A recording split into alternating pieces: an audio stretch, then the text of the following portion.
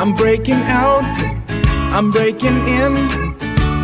I just can't help this state I'm in. I'm on my way, y'all. So put your shades on, this light's so bright, it's blinding. I'm radiating love, I'm radiating love, I'm radiating love.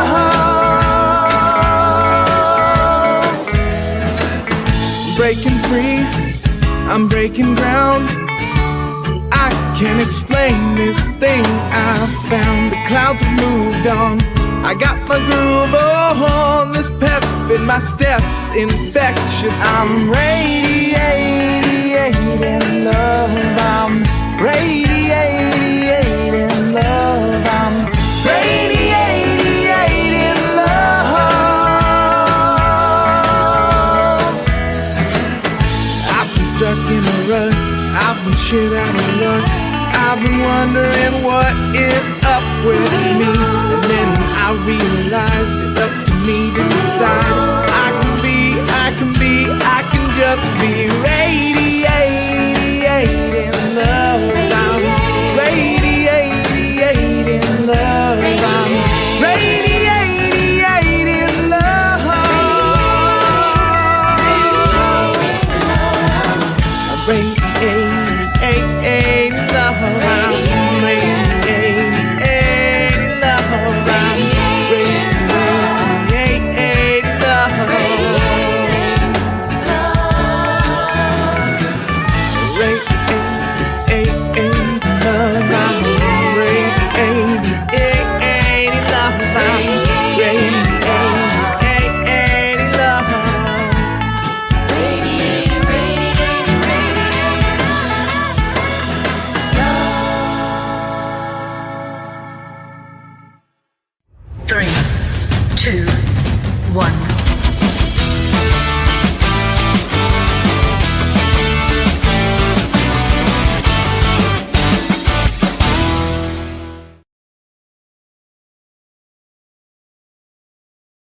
To attract unto yourself anything that you desire. Good morning and welcome to the New Thought Spiritual Center Sunday celebration. I'm Dr. J and I'm here to bring you tools and joy and music and fun and spirituality. And I want to remind you that no matter where you are in the world today, let this be your Independence Day, as I have for several years on the American Independence Day, which is technically tomorrow. But during the weekend, the Sunday of the weekend, I bring you a reminder of who you are. And I bring you this reminder through my version of the New Thought Declaration of Independence. So here it is, my friends. The New Thought Declaration of Independence.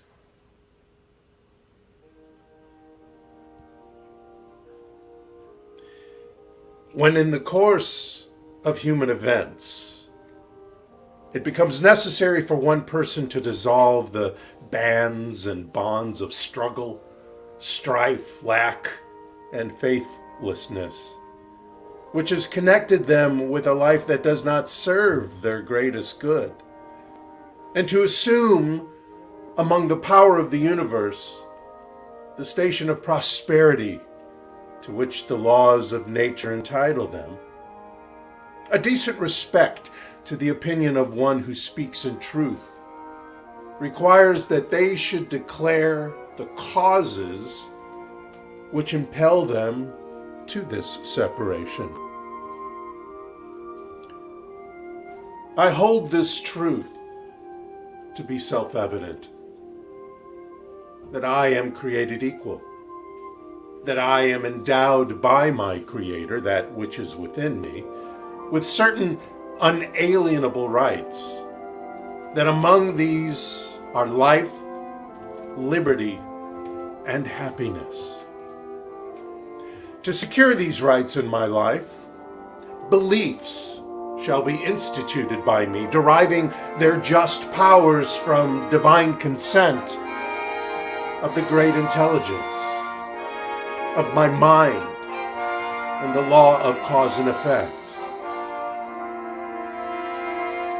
Whenever any form of my beliefs become destructive of these ends, it is the right of me to alter or to abolish them, and to institute new thoughts, new feelings, new perspectives, laying its foundation on such principles and organizing its powers in such form as to most likely affect my safety, prosperity, health, and happiness.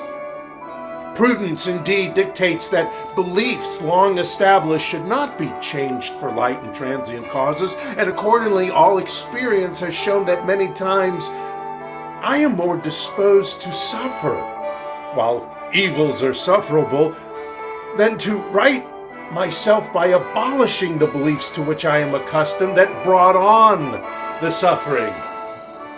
But when a long train of abuses and usurpations of my good reveals a design to reduce me in absolute or partial lack, it is my right, it is my duty to throw off such beliefs and to provide new thoughts and feelings, new perspectives and beliefs for my future security, prosperity, health, and happiness. Such has been my patient sufferance, and such is now the necessity which constrains me to alter my thinking and my beliefs from the history of repeated injuries and usurpations, all having a part of the establishment of an absolute tyranny over my happiness. And so I now declare with full knowledge and embodying of the one power within, that one indestructible, absolute, self-existing cause, with that spirit expressing through me that which is the unity of all life, I claim, swear, and declare to use my word, to think from that eternal goodness, that eternal loving kindness, and that eternal givingness of divine intelligence, to act, be, and surround myself with love, abundance, vitality, and vibrancy, to think, reason, and live without the bondage of any negativity from my past, without the consciousness of no, or the shoulda, woulda, coulda of not yet, without a fear of a future I will create, and without any water cooler gossip or the news and opinions of the media or any government, religion, or court that may be running around in my mind, like a rat in a cage, like squirrels in a whirling dervish, like chattering monkeys invading my consciousness.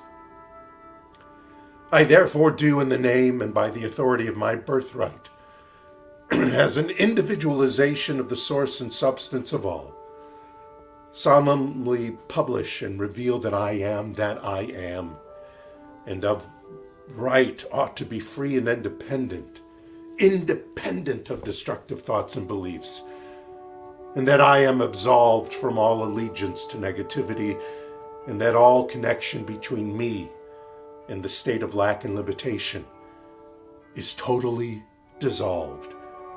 And that as a free and independent personalization of God, I engage my full power to levy peace, prosperity, and love into my life from this day forward. And for the support of this declaration, with a firm reliance on the protection and power of the divine intelligence within me, I hereby pledge this to my life and sacred honor. Take a deep breath with me.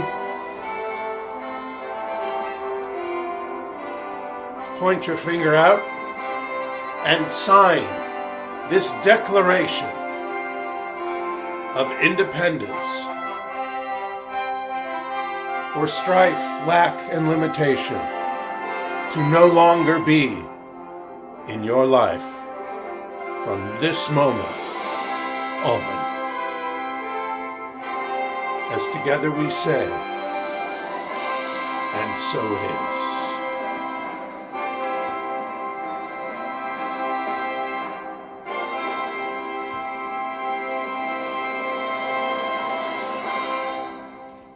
Thank you for joining me in that. I love to remind myself of that, if not just once a year, then many times a year, that I am the presence and I am the power. And I live by the principles of knowing that the divine intelligence is within me and that my word creates my life. So I like to remind everyone every week, of course, of our statement of principles here at the New Thought Spiritual Center. And I have a little video that expresses those statements of principles. Watch.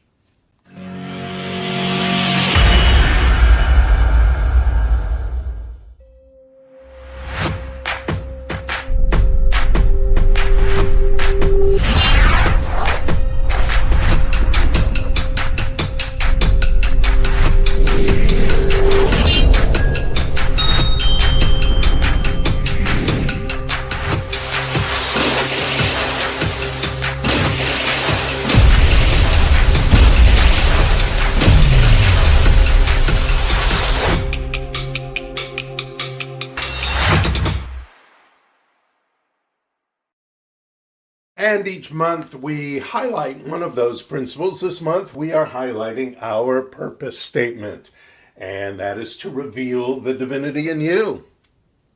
That is really what we're all about. That is what we're doing every day. That is the purpose not only of this spiritual center, but I think of everyone, really, is to reveal the divinity that is already within you. It's right here. It's right now. It doesn't go away. There's nothing we can do to make it go away. We can ignore it. We could make it work against us.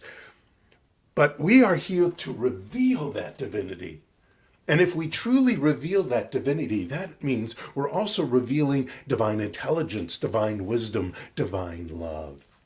And when we do that, and when we share our gift of our version of that, our individualized expression of that, oh man, does life just show up beautifully. And the people that enhance that beauty in our lives show up quickly. So, reveal the divinity in you. That's our purpose. And I trust that's your purpose, because it's there for you right here and now. Also, every week, we have an affirmative incantation. Now, for those who don't know what that is, an affirmative incantation is like an affirmation. It's a little stronger than an affirmation. And I ask you to take this one that I have written for this week, and it's in the description box under this video, whether you're watching on YouTube or Facebook or get it from our newsletter. And by the way, if you'd like to be a part of our newsletter, there's always an article. There's a couple of e-blasts every week, and you can go to NTSC at NewThought-SC.org and sign up for that. Just send me your email and we'll get that to you every week. Or you can go onto the website. There's a little button you can push and also get yourself on that mailing list. Anyway, so the affirmative incantation. My advice to make it really work effectively for you is every morning when you wake up, first thing you do, maybe go to the bathroom first, but the first thing after that is to read this. Take 2 to 5 minutes and read this and embody it. Embody it not only by saying the words, but by feeling them, by telling yourself the story that they tell, and allowing yourself to have that perspective more and more each day during the week from that moment on. Also, before you fall asleep, the last thing you do before you go to sleep, you pick that up in whatever form you are finding it and read it again and embody it again and bring that idea into your subconscious. You'll notice that they're 5, 6, 10 sentences long, and that is because we learn quicker and deeper by storytelling. And so I write these to tell a story, to tell the story of you, the new perspective. When you change your perspective, you change your thoughts. When you change your thoughts, you change your beliefs. When you change your beliefs, you change your life. Okay? This is this week's Affirmative Incantation. Steve will pop it up in a few seconds, and you can read it along or just listen to me this first time. Today, I rise up with my word to declare my independence from old stories, learned junk, and limiting beliefs. All day, I will act, be, and surround myself with love, abundance, vitality, and vibrancy. Slow down, breathe deeply, and remain calm and at peace, no matter what is said or done. And turn on the light wherever I go. I claim my freedom today to commit to an affluent, gorgeous, and successful day. Every day this week, twice a day, remind yourself, put it into your subconscious that this is what you believe, this is what you declare, this is your word. Next, I got some music for you. Oh, some great music. I never heard this song before, and I was running around as I do every week through YouTube and other places to find a great song for you. And I'm so surprised I've never heard this song. It's called It's Okay. It's written and performed by Night Birdie, she called herself. And watch this. It's such a beautiful, beautiful performance. It's okay.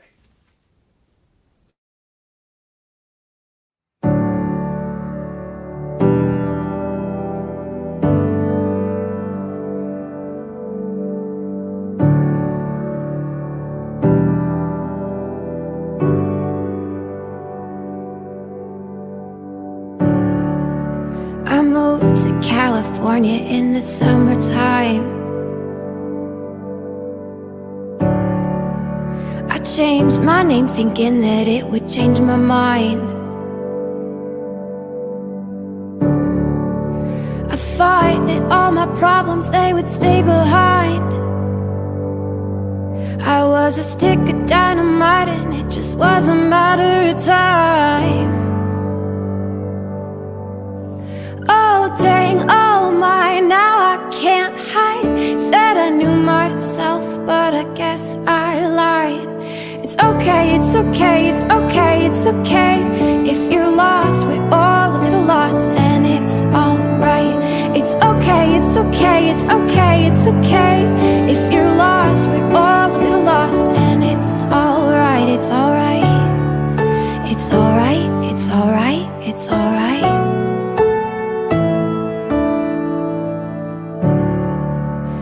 I wrote 100 pages, but I burned them all. Yeah, I burned them all. I blow through yellow lights and don't look back at all. I don't look back at all. Yeah, you can call me reckless, I'm a cannonball. I'm a cannonball. Don't know why I take the tightrope and cry when I fall.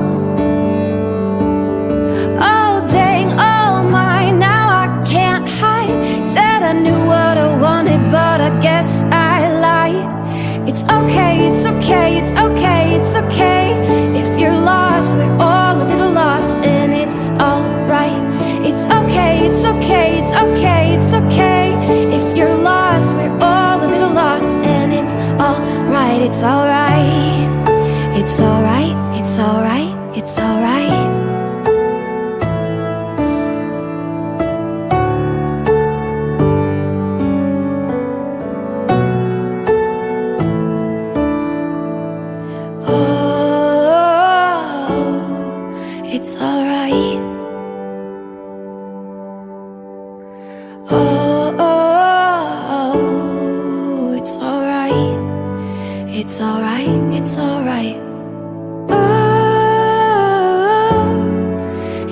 alright.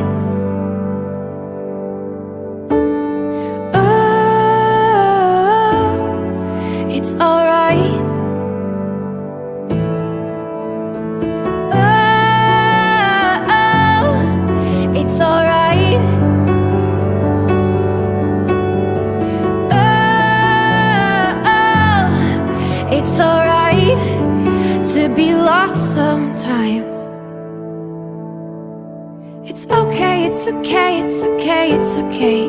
If you're lost, we're all a little lost, and it's alright. It's okay, it's okay, it's okay, it's okay. If you're lost, we're all a little lost, and it's alright, it's alright. It's alright, it's alright, it's alright. Yeah. It's okay, it's okay, it's okay, it's okay. If you're lost, we're all a little lost, and it's alright.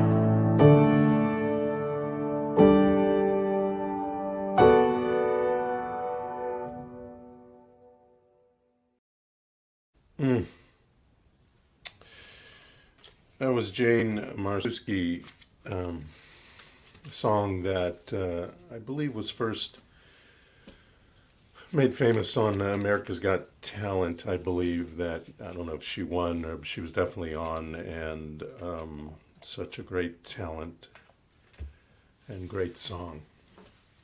I urge you to go online and find her story. It'll make this song a little more, even more poignant for you. But that brings me to what I wanted to talk about today. And what I wanted to say was that whatever happens, let it be okay. Whatever happens, let it be okay. Now, this doesn't mean you don't do something about it, especially if it's negatively affecting you. You want to do something about it so it doesn't happen again. What it means is you deal with it consciously. And I'll get into more what that means. So you deal with it consciously, not in a trigger mode. We all have some triggers here and there. Not in a fear mode, not in a reactionary mode, especially. But in a mode of calm, knowing the universe has your back. Knowing that you are entirely capable of getting through whatever it is that is happening. Whatever happens, let it be okay. Leo Babauta, who's the author of the book The Power of Less and the creator and lead blogger at Zen Habits, wrote this. He said, living consciously is about taking control of your life, about thinking about your decisions rather than making them without thought, about having a life that we want rather than settling for the one that befalls us. If you're drifting through life or feel out of control or don't know how you got there, deciding to live consciously could be the single most important thing you do. Now, conscious living can be difficult and exhausting, and yet when practiced, you will find it makes life easier, more graceful and flowing, more fulfilling, and that suffering becomes minimal, maybe even non-existent. And the conditions that get labeled problems, they melt away quicker and maybe instantaneously. You know, life is like a diamond, and each facet in our life absorbs and reflects light. The universal light, which of course created all, but also the light of opinion and judgment, if we allow it to seep in and limit us. With conscious living, the diamond facets become those of an expanded awareness through the light of divine intelligence and love, revealing the divinity that is in you, vibrating your life at the speed of the divine. which then makes life have more clarity, more brilliance, be full of symmetry and polish and creative fire. There's a gentleman named Bill Harris of the Centerpoint Research Institute, and he laid out his version of the tenets of conscious living in 2017 with what he called the 9 principles of conscious living. And we're going to spend, the next 9 weeks rediscovering these 9 principles. Now, I say rediscovering because these principles aren't just his. We've been talking about them. We've been working through them or some version of them every week for years now. And even before you started listening to me and hanging out with our community, you've probably read them in some other book or heard somebody else speak about them. I'm just using his book, his booklet, actually, as a guide. All right? So I want to bring kudos to him for this because I will be using it as a guide. Now, first of all, don't freak out if some sort of fear rids its ugly head as we're going through these conscious living principles. Because living a spiritually conscious life may feel odd or not normal for you. And that's okay because you have maybe not at all or only partially been living a conscious life. And so when you start living a conscious life, it may feel odd. And that's okay. We may think we're departing from some sort of sense of reality or the practicalities of living in the 3D world by some of these principles. Because some of these principles talk about, especially today, turning away from the condition. But that's not true. That's not what we're teaching. We are not teaching you to ignore what is happening. Just not to be triggered by what's happening. Living consciously, you will actually be able to recognize and deal with any negative conditions that are showing up. And get yourself into that have consciousness. Easier, quicker, stronger, deeper. And yeah, like I said, there might be some resistance, so you got to cut yourself some slack as you get yourself into this living consciously mosaic, life, consciousness, perspective.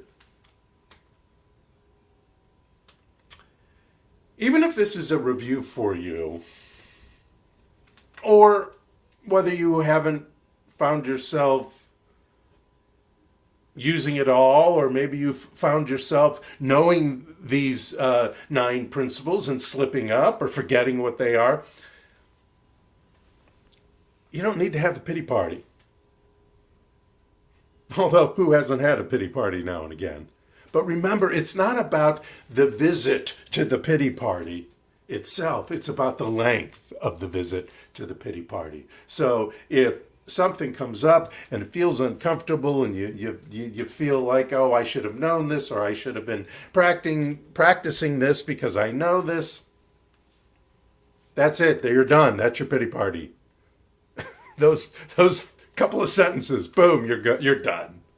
So no matter what you're learning, you're probably going to go through 4 stages. There's these 4 stages of learning, which were founded by a gentleman named Martin M. Broadwell in 1969. And in the 70s, this whole idea was developed by Noel Birch from the Gordon Training International. And they're known as the 4 phases for learning new skills. And I'm only bringing this out because as we learn or relearn these principles, they are going to become new skills. And you want to realize that there are 4 stages in learning a new skill or relearning a new skill that we've ignored for a while. And it might be easier if you think of this as when you started to drive, when you started learning how to drive. That's a great example of these stages of learning. And here they are. Stage 1, unconscious incompetence. So you don't follow the principle and you don't even know you're not following it. That's step one. Step two is conscious incompetence. So you're not following the principle, but you're conscious of that fact. Stage three is conscious competence. So you can follow it, but only while you're paying attention to it and intentionally and consciously making yourself follow it. So you know the principle, you know to do it, you know how to do it, but it's not second nature yet. How's that? Stage four is unconscious competence. That's second nature. Second nature showing up. You have consciously followed the principle so consistently that now you can follow it without thinking about it. Now, the 9 principles we will learn are going to offer you independence from the sometimes radical fluctuation in life's conditions, okay? I don't have to tell you that there's sometimes very radical fluctuations in life's conditions. But as Dr. David Alexander wrote, claiming independence does not make you free, it makes you responsible. But wait a minute. Responsibility then comes with the power of choice. And the power of choice is what sets you free. It's a freedom you've always had. It's a freedom you always will have. And maybe you didn't use it very well. It's a freedom to choose how you feel, behave, and think. It's a freedom to perceive life and who the people and situations are that you are going to attract or become attracted to.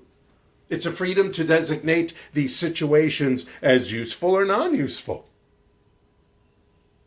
Now, as I always do, I urge you to watch your feelings, thoughts, and behaviors with curiosity and awareness versus opinion and judgment. And that's a lot. That's a lot of what this first principle is about. Watching your feelings, watching your thoughts, watching your behaviors with curiosity and awareness and without opinion and judgment. That keeps those triggers away as well. So, remembering those 4 stages of learning that you may have to go through all 4 as we go through these 9 principles. Let us start with principle number 1. The principle of letting whatever happens be okay. This principle illustrates that the amount a person suffers is directly related to how much they resist the fact that things are the way they are. Now, Buddhists will recognize this principle in Buddhism and Hindu religious texts. The opposite concept is expressed in the word upadana, which means attachment or clinging. That is the opposite of what we want to do. In other words, the inability to practice or embrace detachment, which is viewed as an obstacle towards a serene and fulfilled life. If we are attached to this negative opinion somebody has of us, or this negative occurrence, or what we perceive as a negative occurrence, if we stay attached to that, then we stay in the suffering of that. As Carl Jung taught, I've said this many, many times, what we resist persists. Or to paraphrase Francis Scoville Shin, what we focus on boomerangs back into our experiences, back into our lives. So if we're going to focus on being a victim, then that's what we will continue to be. Well, I say, to hell with what brought the condition or experience into life. What are we going to do now? What are we going to think now? What perspective on how the universe works is going to prevail now? Are we going to be a victim or a victor? To the degree a person is willing and able to let whatever happens be okay, is the degree they will suffer in this negative experience.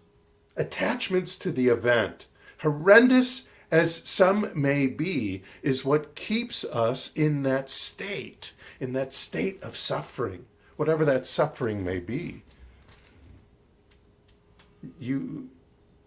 We let our happiness and peace be controlled by outer circumstances versus inner circumstances, inner beliefs. Now, I understand we all have a map of reality, and that was created and developed through childhood and all these years and all the people that we've been in contact with. And some of these rules make us feel safe, right? They became a how things are supposed to be or how people are supposed to behave idea. So if we witness the rules constantly shifting or start feeling they're illogical or unfair or cruel or impossible to follow, fear and anxiety can set in. I totally get that. But we have to remember that the world may not follow our rules.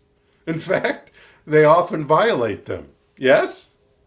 How many instances can you think of where you feel your rules are being violated? So the wise thing is not to resist the rule non-followers, but accept them as they are, accept them as being their thing, whatever that is, and get them out of your life. Your discomfort, my discomfort, comes from the resistance itself more than the activity we're resisting. And an acceptance empowers you and empowers me to heal, release, transform, transcend that negative experience or the trigger that occurred because of that negative experience, and makes us more effective in creating wise responses and best choices. Ironic, huh? But it's the act of resistance and the focus on the problem or the condition that becomes all-encompassing. That is really the problem here. When what is not what you want as quick as possible, the idea is to remove the anger, remove the sadness, remove the fear, remove the anxiousness. That doesn't mean you don't feel them and give you a moment to feel them. It's what you do with that feeling afterwards. To know that your inner peace is not controlled by the outside condition or forces, and is not even controlled by what you're feeling in response. More of a reaction, I would think, to that outside condition. Now, you may prefer things to be this or that or such and such, but you're not being attached to them being that. And that makes me more nimble to get around to that stuff, no matter what shows up. Now, you've done this before. All of us have done this before. A relationship has ended. We've gotten over it. Maybe took time. A job you left or even might have been fired from. You ultimately come to terms with the situation or the condition, even if you went through all kinds of suffering before or during that actual occurrence. But at a certain point, you accepted what happened and moved on, and the suffering then stopped. Yes? The acceptance is a response that frees you to respond versus react. Now, some of us keep a hold of those old stories, and as you keep a hold of them, so shall you suffer through them again and again. You know, I had a job once, and a supervisor had me do something different than my current assignment. You know, he took me off my current assignment and put me on something else because it wasn't busy enough at that particular moment to have me there. So I went and I changed assignments, and I noticed that someone else had moved in on my previous assignment and was allowed to stay, and I was not happy about that. I felt put upon. I felt a little angry at it, and I was thinking to myself, I'm following the rules, and yet I'm seemingly being punished by being moved and having somebody else whose job that wasn't do that job. But then I started becoming aware of my reaction. I started becoming conscious of my reaction. I was able to then witness it in a non-attachment way and end my resistance to that situation. And as I ended my resistance to that situation, I ended my suffering. My anger went away. My discontent went away. It may have looked that as if that person, that thing or that event or whatever was creating my discomfort, but it was really my reaction to it that did that.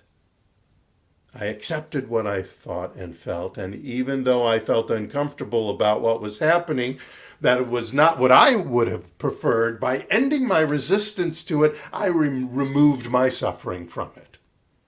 And that anger went away, and that discontent went away, and I was fine. Now, this doesn't mean you shouldn't be goal-oriented. It doesn't mean you should not work towards making things the way you have decided they will be. It's not about ignoring abuse. It's about being the emotionally healthy person who can maintain their equanimity and inner peace even while working on goals or removing negative behaviors that are around them.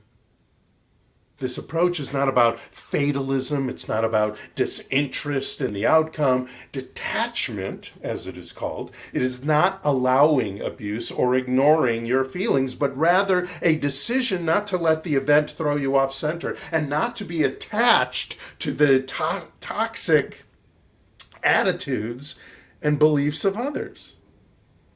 Your neutrality or non-attachment to the emotions of the negative situation or condition is a powerful asset to manifest the positive outcome you've decided to have, and detract that which opposes it. Do you ever find as you change your perspective on life, sometimes certain friends just stop calling?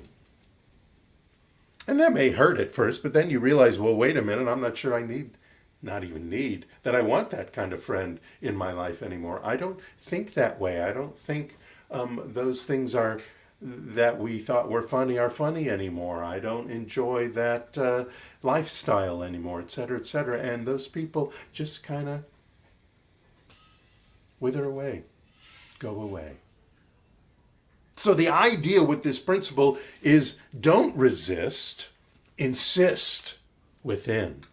Insist on clarity, insist on respect, insist on kindness, insist on affluence, insist on health and happiness and love in your life, surrounding your life. Insist on that and watch as you are not attached to people who might be opposing that in one way or another. More than likely, not against you, but just being themselves. Watch that go away. Watch that wither away. And you can use meditation, my book, the Affirmative Incantations we do every week, other spiritual practices to fill your emotional bank account with the love, power, and grace that allows you to have this healthy detachment. Watch yourself talk with great curiosity, not opinion or judgment. Great curiosity, especially in moments of resistance. You know, just like getting to Carnegie Hall, if you're a performer, you got to practice.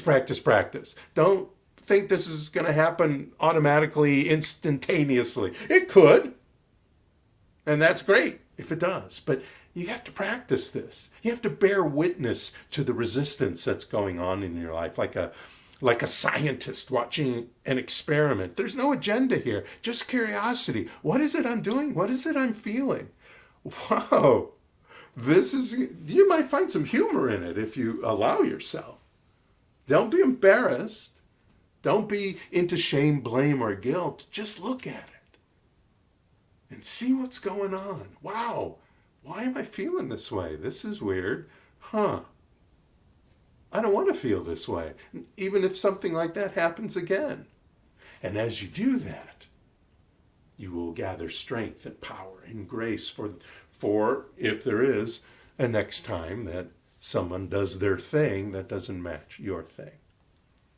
Now, you might want to write this principle on a piece of paper and carry it with you as a reminder to be detached from the conditions, to not give attention to that, so that your suffering is minimal or nil.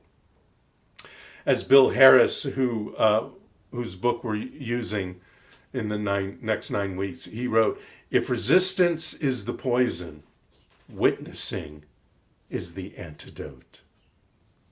If resistance is the poison, witnessing is the antidote. You might, if resistance starts popping in someday, step away and do a 15-second reboot meditation. Take deep breaths. Give yourself an affirmation. Takes 15 seconds. Or count to 5. Do the count to 5 thing and allow that to reset what's going on. Take yourself a few moments, close your eyes, and think of 5 things. 5 blessed things you appreciate in life. Just 5, real quickly. This is not stuff that takes long. Or do a power pose. If you're at work, you might want to step away, go into the restroom or something, and do a power pose for 2 minutes. That resets your body. That resets your brain. That resets your emotional bank account.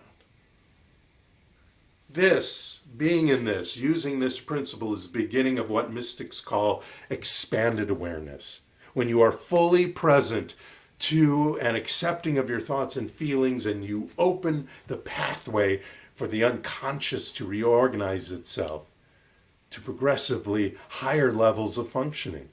You become more open, you become more carefree, you become more serene and flowing. And this doesn't mean you can't be serious about stuff. You're not being flippant about things. You're just knowing what you are going to allow to happen within you. If it feels uncomfortable or there's some discomfort, there's probably resistance there.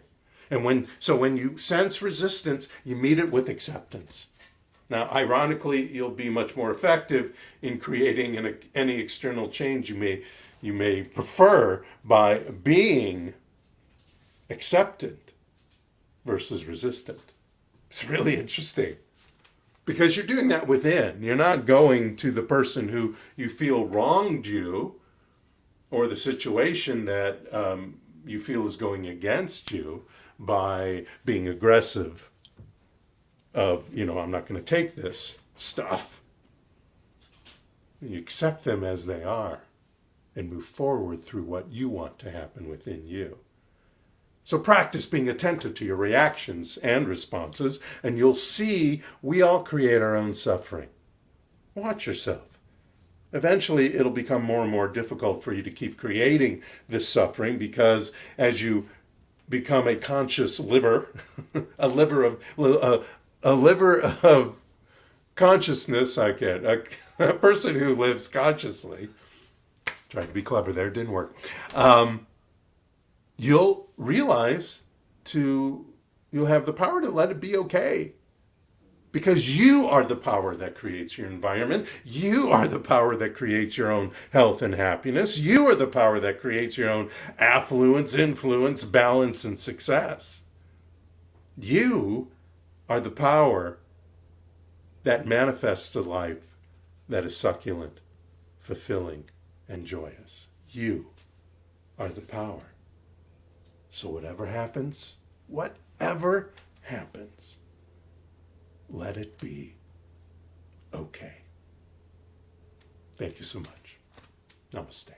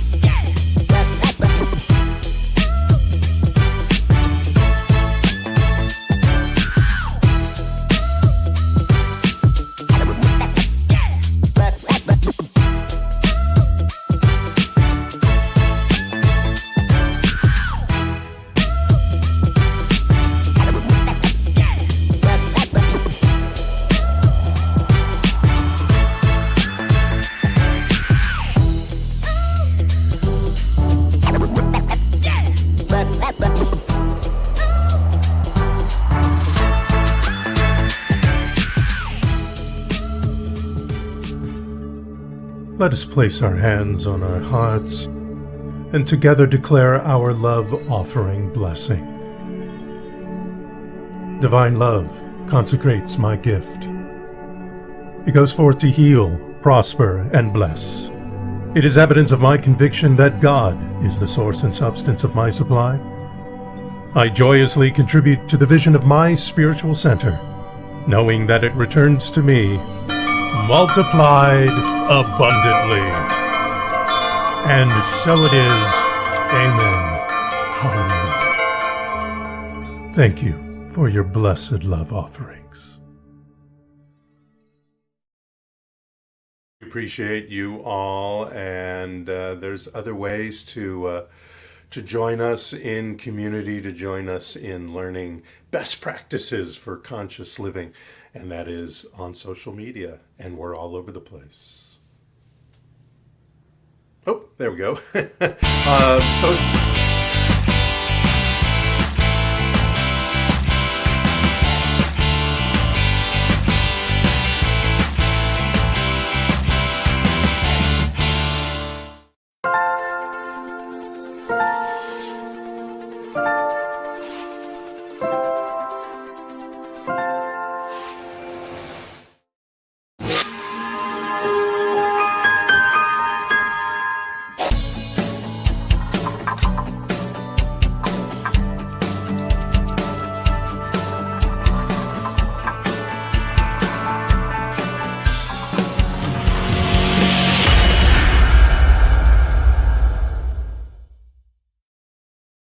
That's right. Every Sunday, right after this, I go and record a brand new TikTok, which has the weekly affirmative incantation on it. That's an affirmation as well. So that's another way you can find this week's affirmative incantation and work it into your life for a new perspective, so you can change your thoughts and change your life. My book. Dr. J has a book. This is where you can get it.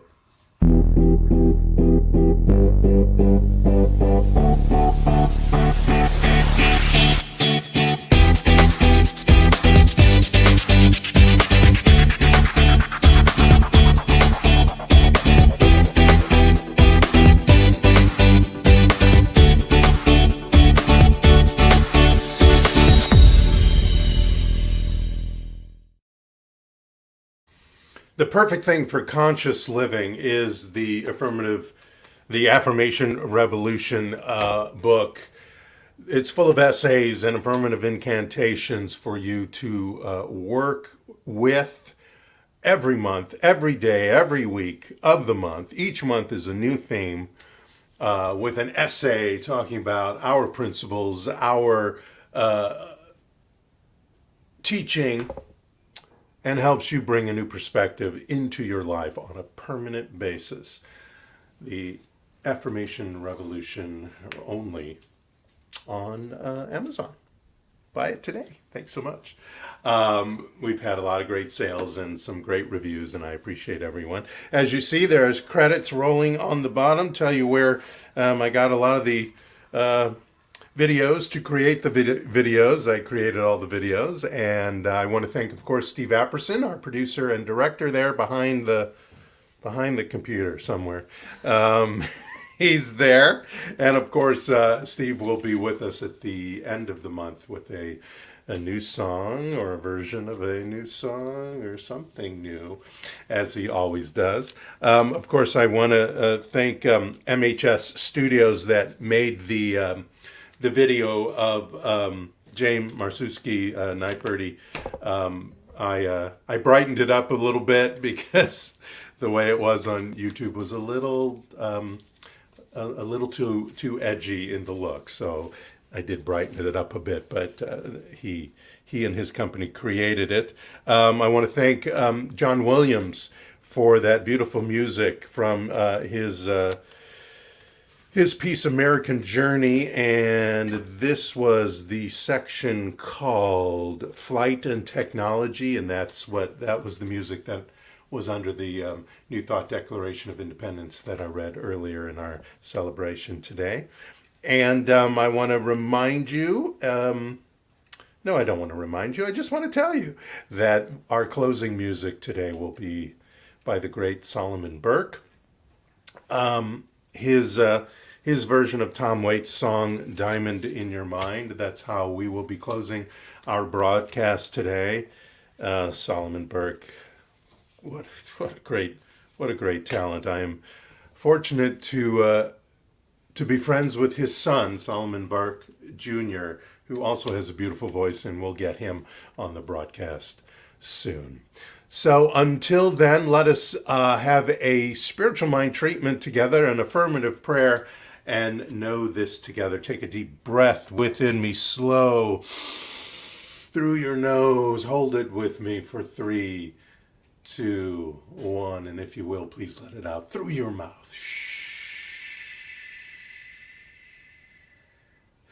Go on and continue to take deep breaths through your nose. And know this with me. The power and presence of all creation is right here, right now, in the presence of us. And in this presence, we commune with it. We are part of it. And it is a part of us. Mind. There is one mind. And we are a part of that mind. We individualize that mind. And with conscious living, I right here and now reveal my comfort, my power, my choices to be at ease with anything that comes my way. Because I focus on what it is I have decided to have in my life. From that moment on. Not what showed up. What I have decided to have in my life. I have decided to have affluence. I have decided to have influence. I have decided to have health and happiness in my body temple.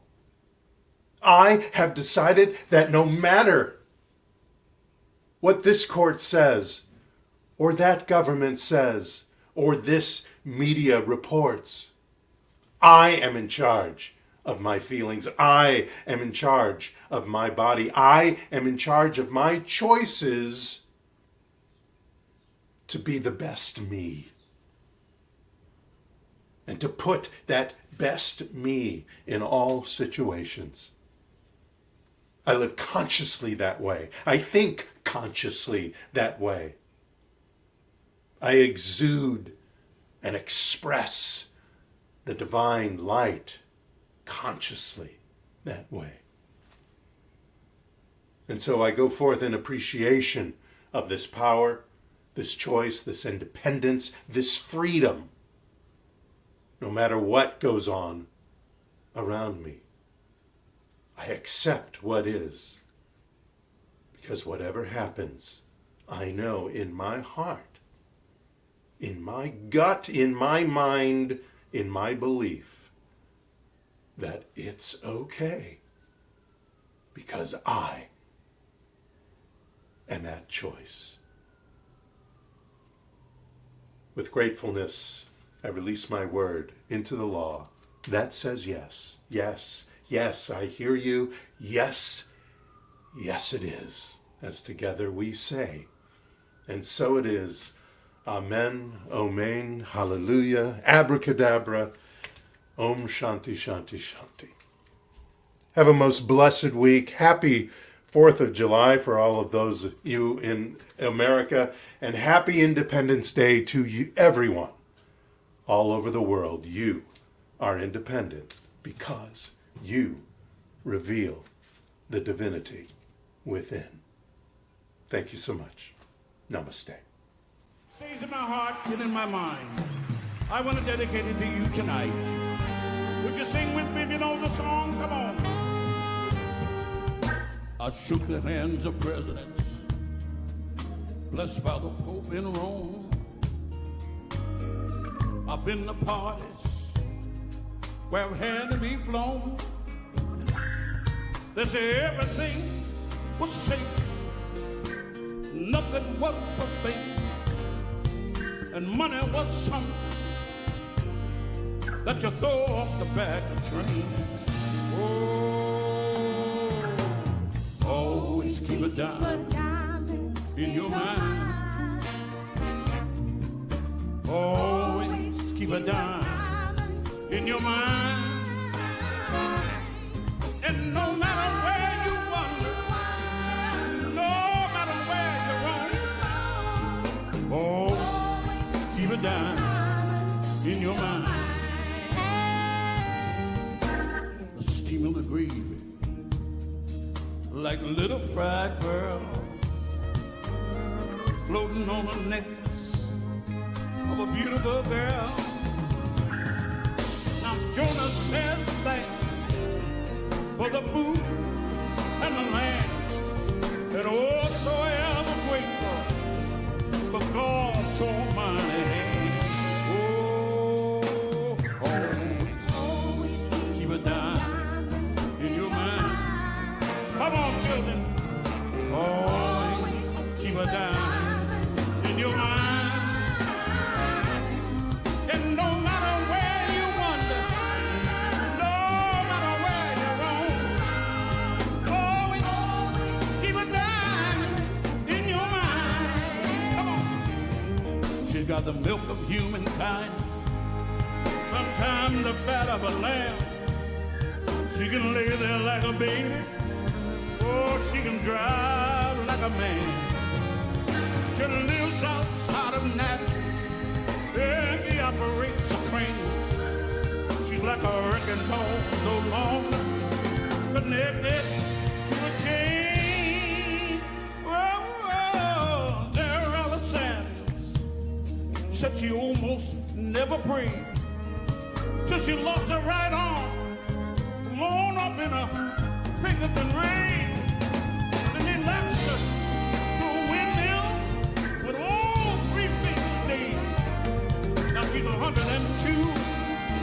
Drink gives me juice in the shade. Oh, always keep a dime in your mind.